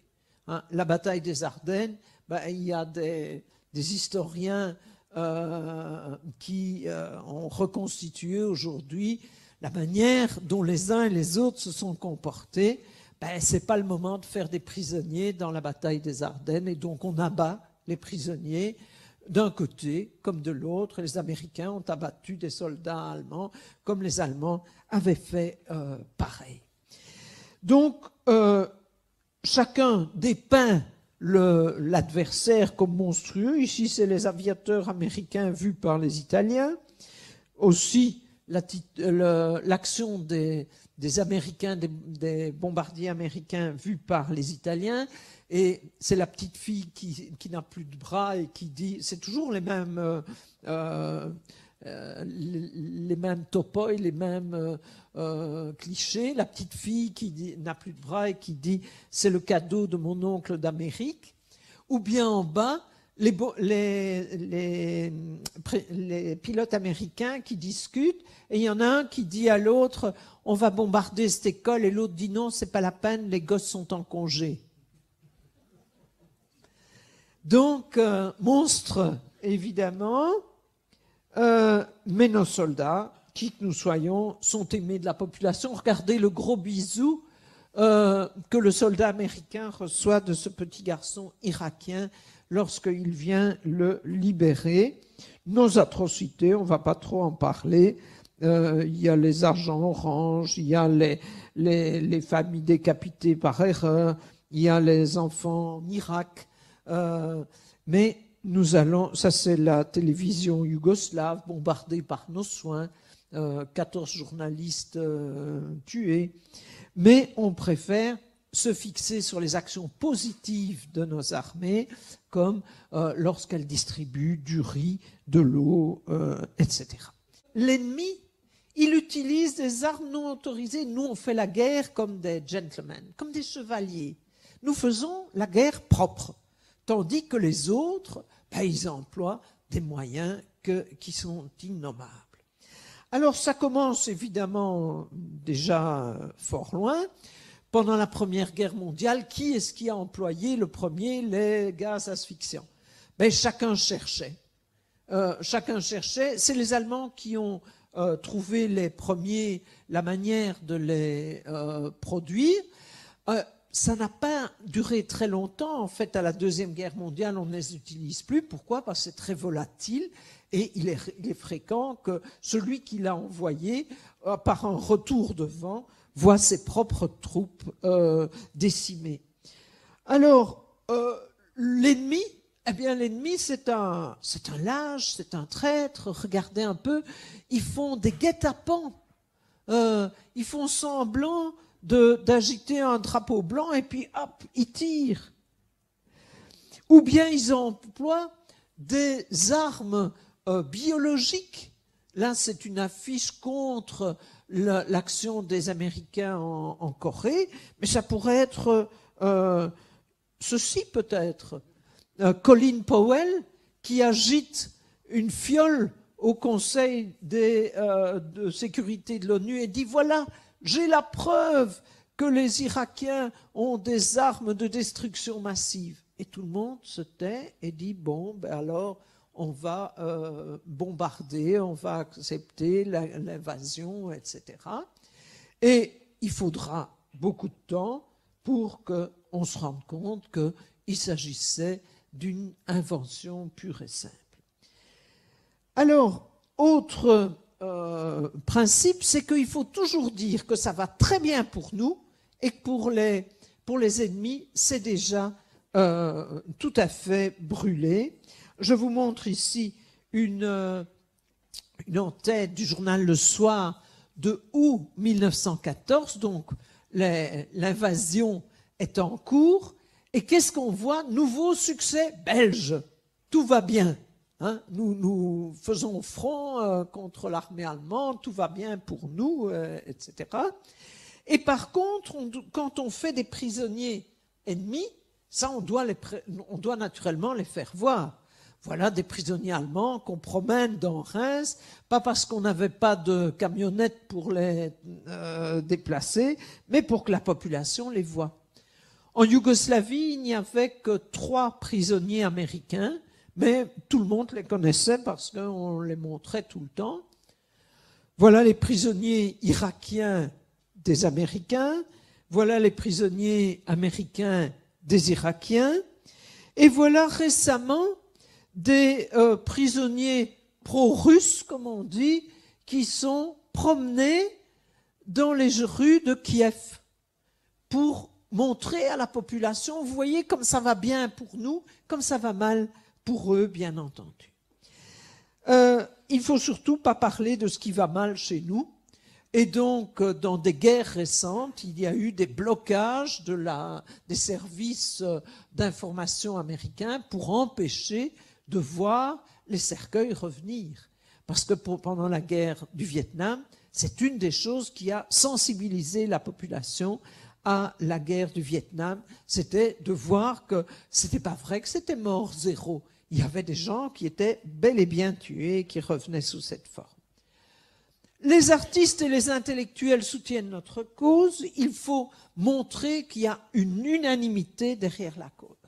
Alors, Autrefois, on laissait ça à des artistes, des peintres, qui faisaient des petites images de propagande. Aujourd'hui, ça s'est beaucoup modernisé. Voilà, pour la guerre de 14, c'était le cardinal Mercier, le roi Albert allant auprès du Christ. Pour la guerre de 40, on a demandé à Hitchcock de faire des films de propagande. Là, il y a aussi eu Marlène Dietrich qui est allée chanter pour soutenir le moral des troupes.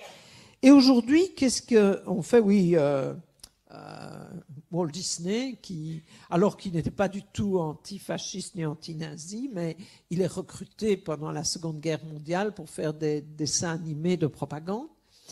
Et on fera aussi pendant la guerre froide des bandes dessinées pour soutenir notre camp. Alors ici, c'est le Raïk qui montre 2 officiers de la Légion française qui sont aux mains des Viettes, qui vont les jeter dans la fosse aux tigres.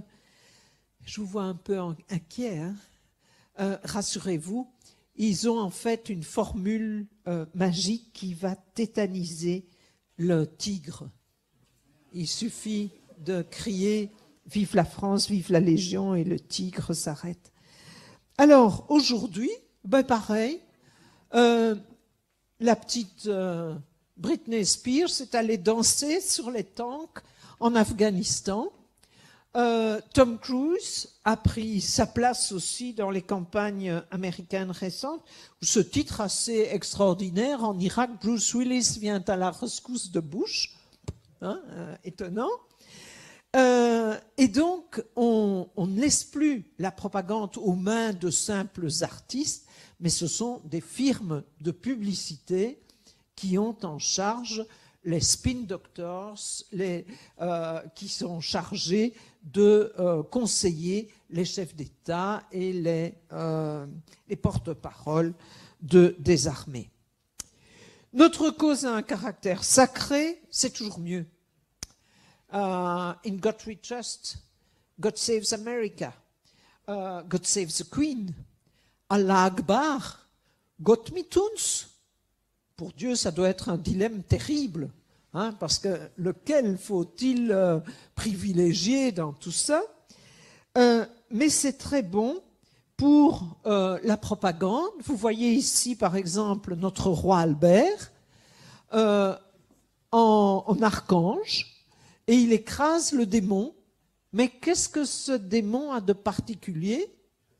Il a un casque à pointe, ce qui est quand même curieux que le démon ait ce petit détail.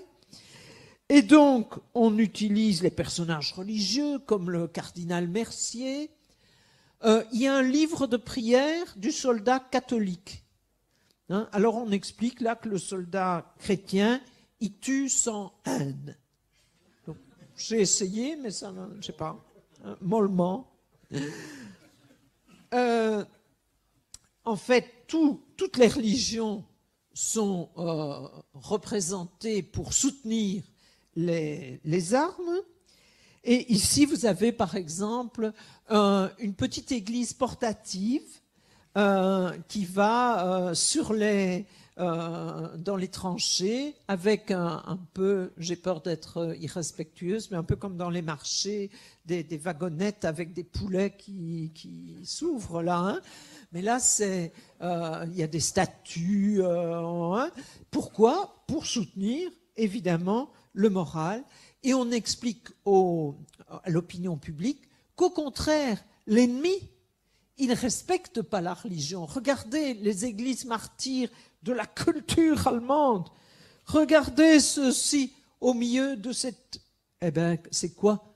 C'est Villers-la-Ville. Ça a été détruit au XVIIIe siècle. Mais le fait de montrer des autorités allemandes là donne naturellement l'impression qu'eux ne respectent pas la religion. Nous, oui. Regardez, il y a un saint qui lui demande d'aller à la guerre. Et même Hitler va essayer de garder de bons rapports avec l'Église. Ici, c'est une affiche italienne qui montre l'action des Américains dans les églises. Naturellement, le soldat américain choisi est noir. Et puis, il emporte le matériel liturgique. Il a laissé ses illustrés, ses boîtes de cornets de bif. Il n'a pas de respect pour la religion. Et dans une guerre récente, c'est une très mauvaise photo, mais c'est moi qui l'avais faite, pendant la guerre en Yougoslavie, c'est une affiche qui disait à Belgrade, « Eux croient aux bombes, nous croyons en Dieu ». Donc les Yougoslaves étaient sûrs de gagner la guerre, puisqu'ils étaient « With God on our side », avec Dieu à nos côtés. Petite scène de messe du côté américain, recueillement du président, mais en même temps, recueillement aussi de Saddam Hussein, alors qu'il était considéré comme le plus laïque des dirigeants, mais quand les choses tournent mal, il est avec son Coran toujours à la main. Et voilà, Bush en réincarnation. Dernière chose, ceux qui mettent en doute notre propagande sont des traîtres. Dans un climat de guerre chaude, froide ou tiède, il ne faut pas poser de questions inutiles et il ne faut pas contrer la propagande. Pendant la Première Guerre mondiale, un instituteur qui avait dit dans sa classe que les torts de la guerre étaient partagés a été immédiatement chassé de l'enseignement et s'est pris 2 ans de prison ferme pour démoralisation de l'armée.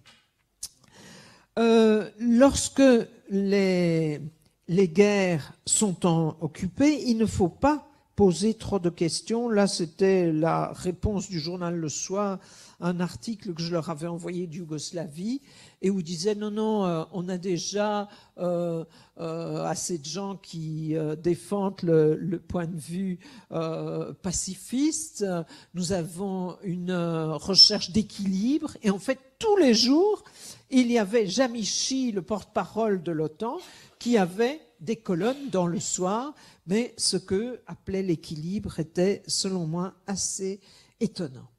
Et pour finir, une jolie passe d'armes entre le ministre des Armées, aujourd'hui on dit toujours de la Défense, il n'y a personne qui attaque, il n'y a pas de ministère de l'attaque, tout le monde est ministère de la Défense. Donc notre ministre de la Défense, de Crème, a une question d'un député socialiste flamand, Dirk van der Malen, qui demande si c'est bien souhaitable que la mission belge en Afghanistan reste sur place. Qu'est-ce qu'elle fait là? Est-ce que ça a une utilité, etc. Il pose la question. Et voilà la réponse de notre ministre. Il accuse van der Malen d'être dans le camp d'Oussama Ben Laden et de ses amis, poseurs de bombes, des violeurs, de ceux qui arrachent les oreilles des petites filles qui veulent aller à l'école. Tout ça parce qu'il a demandé si c'était bien de laisser les troupes belges en Afghanistan, si ça avait une utilité, et si on croyait vraiment que la présence des troupes belges allait déboucher sur la fin du conflit. Et donc, ma conclusion, c'est que en temps de guerre, la propagande est tellement présente, et la guerre peut être ouverte ou froide, la propagande est tellement présente que celui qui pose des questions, il est déjà suspect. Si au milieu de la guerre en Yougoslavie, vous dites « est-ce que c'est bien nécessaire de bombarder Belgrade ?» On vous dit « quoi? Vous êtes pour Milosevic ?» Si vous dites « est-ce qu'il faut bombarder l'Afghanistan ?» On vous dit « vous êtes pour Ben Laden ?» Si vous dites aujourd'hui il faut peut-être pas tendre les relations avec la Russie, on vous dit vous êtes un soutien de Poutine. Non, on pose des questions, mais en temps de guerre froide, tiède ou chaude, c'est déjà de trop. Alors qu'est-ce qu'on peut faire devant le déferlement de la propagande? Eh bien, au moment même, pas grand-chose, parce qu'on ne peut pas croiser les sources comme on le ferait en histoire. Si je veux travailler sur les guerres entre les Spartiates et les Athéniens, j'essaie d'avoir les deux points de vue et de les croiser, mais je ne connais pas, je ne sais pas lire les journaux irakiens, je ne connais pas le serbo-croate, je ne suis pas toujours bien informée des deux côtés. Alors, qu'est-ce qu'on peut faire quand on est au milieu de ces déferlement? Eh bien, je ne peux donner que 3 conseils, c'est douter, douter, et puis encore douter. Je vous remercie.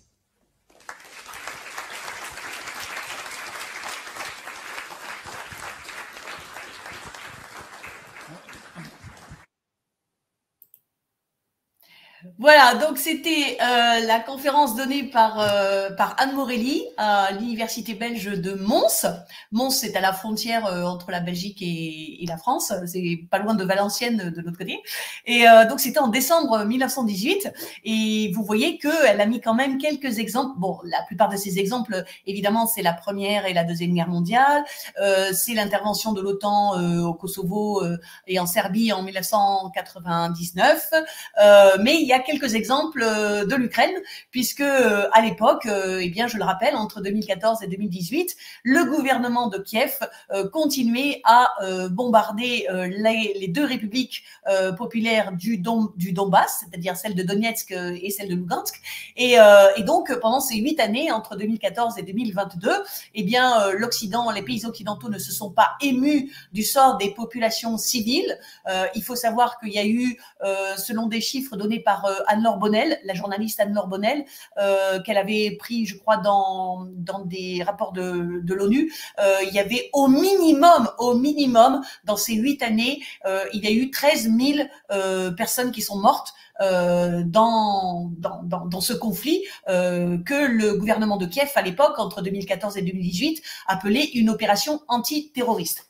Donc, j'espère que ça vous a intéressé de voir des exemples historiques et médiatique, puisque évidemment la propagande ne peut se passer de l'utilisation des médias, que ce soit les médias de presse, que ce soit la télévision ou que ce soit la radio. Et donc voilà, Anne Morelli vous a donné des exemples de ces 10 principes de la propagande de guerre qu'elle a retracés dans son livre paru en 2001. Alors, je voulais faire, comme je vais terminer bien sûr mon émission à 19h, donc je n'ai pas le temps de vous passer l'autre entrevue que j'avais prévue avec Anne Morelli. C'était une entrevue qui est beaucoup plus récente, qui date de 2022. Je vais vous passer la petite bande-annonce de cette entrevue pour vous donner un avant-goût, mais je pense que je ferai une émission dans 2 jours, peut-être dimanche, peut-être que je ferai une émission genre seconde partie, parce que ça serait intéressant, mais il me faut un petit peu de temps, ça serait intéressant de voir, de trouver pour le conflit entre la Russie et l'Ukraine, de trouver des exemples dans les médias qui corroborent les 10 principes de la propagande que vient de nous présenter Anne Morelli. Mais j'avais envie quand même d'appuyer sur un point qu'elle a cité dans son exposé, mais elle n'a pas développé. Alors, je voulais vous parler quand même de ce point parce que ça me semble important. Donc, elle vous a parlé, à un moment donné, elle vous a parlé d'un individu qui était le porte-parole de l'OTAN et qui s'appelait Jenny Shi. Donc, je vais vous montrer une photo de ce personnage parce que je l'ai découvert récemment. Donc, Jenny Shi, le voilà. Vous voyez, donc c'était le porte-parole de l'OTAN. Et là, j'ai fait une erreur dans ma présentation. En fait, c'est pas qu'il y avait un point de presse par jour, c'est que, comme l'a dit Anne Morelli, au moment du bombardement de la Serbie par l'OTAN en 1999, elle a dit qu'il y avait une colonne de Jenny Shi dans Le Soir. Le Soir, c'est un grand journal en Belgique. Donc, ce monsieur, Jenny Shi, c'était le porte-parole de l'OTAN au moment où il y a eu l'intervention militaire de l'OTAN en Serbie. Et ça, c'est quelque chose qui a été, comment dire, qui a été dénoncé par exemple, le journaliste Michel Colomb que je vous ai présenté en tout début d'émission. Donc, en fait, ce qui s'est passé, c'est que pendant 11 semaines, entre le 23 mars et le 10 juin 1999, eh bien, 900 avions des membres de 13 pays membres de l'OTAN. La plupart des avions, c'était les USA avec les 3/4, et la France a pris parti aussi, a pris sa partie dans ce bombardement aérien. Donc, ces bombardements ont eu lieu sans discontinuité chaque jour, pendant 78 jours, sur Belgrade et sur d'autres localités de la Serbie. Et vous avez quelques photos des bombardements qui ont touché des cibles civiles. Alors, ça a été dénoncé justement cela lors de cette intervention armée. Ça a été dénoncé par très peu de journalistes, mais par la suite, c'est un peu ce que disait Ponsonby dans son livre, une fois que le mal est fait, il faut quelque temps avant que la vérité soit faite. Donc la vérité sur les bombardements de cibles civiles par l'OTAN, maintenant, elle est faite. Mais je tenais à vous montrer donc Jamie Shee, qui était le porte-parole de l'OTAN, c'était un Britannique. Et d'après ce que vous a dit Anne Morelli, eh bien, il avait des colonnes dans Le Soir tous les jours. Et donc là, j'ai trouvé un de ses, comment dire, une de ses déclarations lorsqu'il était porte-parole de l'OTAN. Ça s'est passé le 31 mai 1999 et c'est relaté par le site de la BBC News. Et voilà ce qu'il dit. Donc, je voulais encadrer en anglais. « There is always a cost to defeat an evil ». Ça veut dire, il y a toujours un prix pour vaincre le mal. Vous voyez, c'est un peu, c'est aussi ce que disait Anne Morelli. Un des principes, c'est de diaboliser vraiment l'adversaire. Donc le mal, à l'époque, c'était Milosevic, président de la Serbie. Jamie Shee continue. It never comes free, unfortunately. Malheureusement, cela n'arrive jamais sans perte. But the cost of failure to defeat a great evil is far higher. Mais le prix d'une défaite face à un grand fléau, et donc là, le grand fléau, c'était le tyran sanguinaire Milosevic, serait encore plus grand.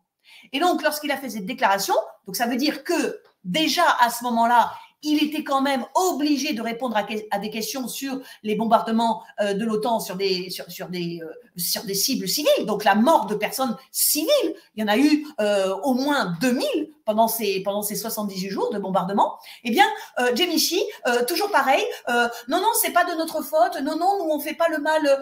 Si on arrive à tuer des gens, franchement, c'est pas de notre faute. Hein. Et donc là, c'est ce qu'il dit.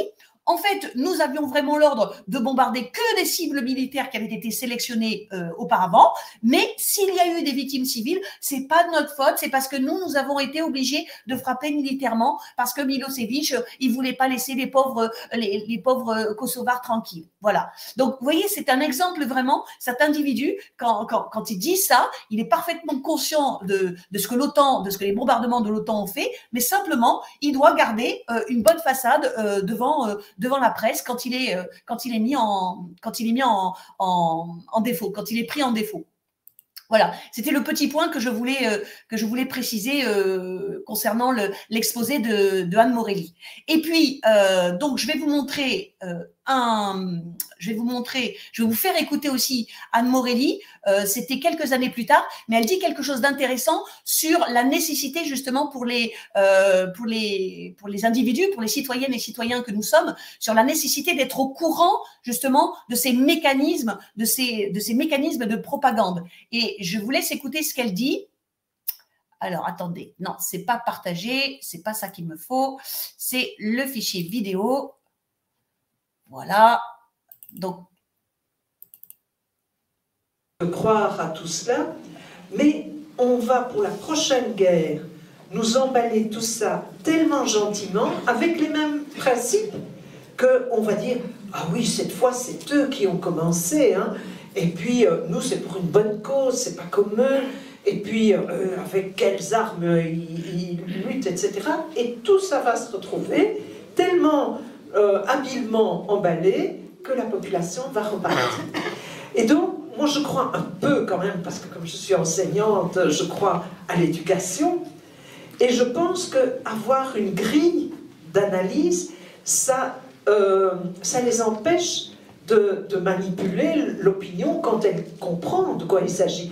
C'est un peu comme si vous avez un spectacle de magie et avant le spectacle, il y a quelqu'un qui vient vous expliquer les trucs. Hein? Mais vous ne le voyez plus du même œil, naturellement. Et donc, je pense que l'éducation est quelque chose d'important. Pour résister à cette propagande de guerre, il faut connaître ces mécanismes.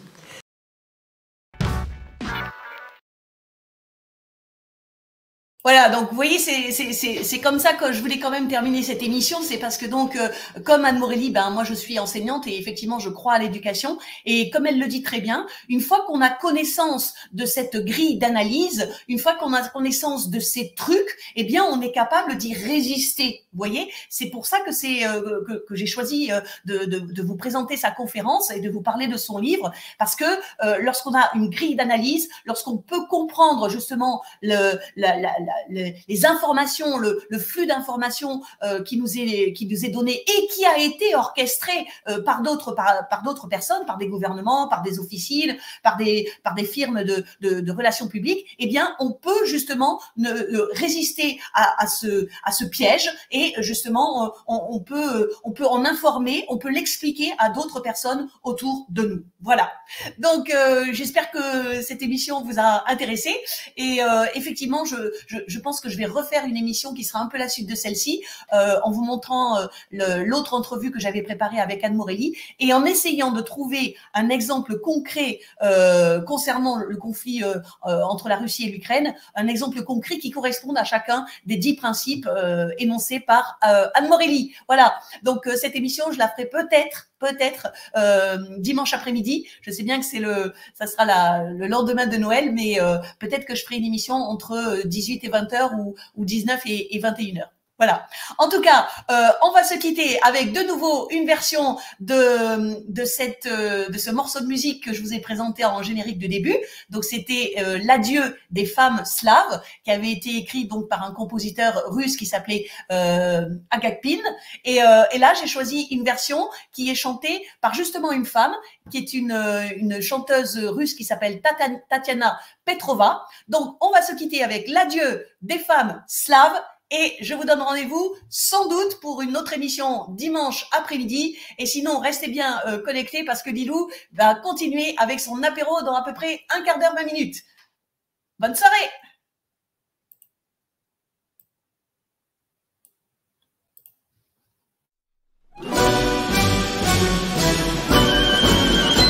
Много песен мы в сердце сложили, воспевая родные поля.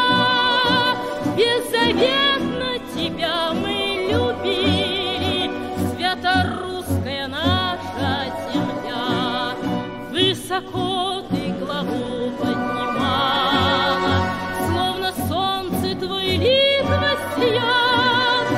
Но ты жертвою подлости стала тех, кто предал тебя и продал. Снова в поход труба нас зовет, мы вновь станем в строй и все пойдем в священный бой. Встань, Саеву, русская земля, ждет победы России святыня.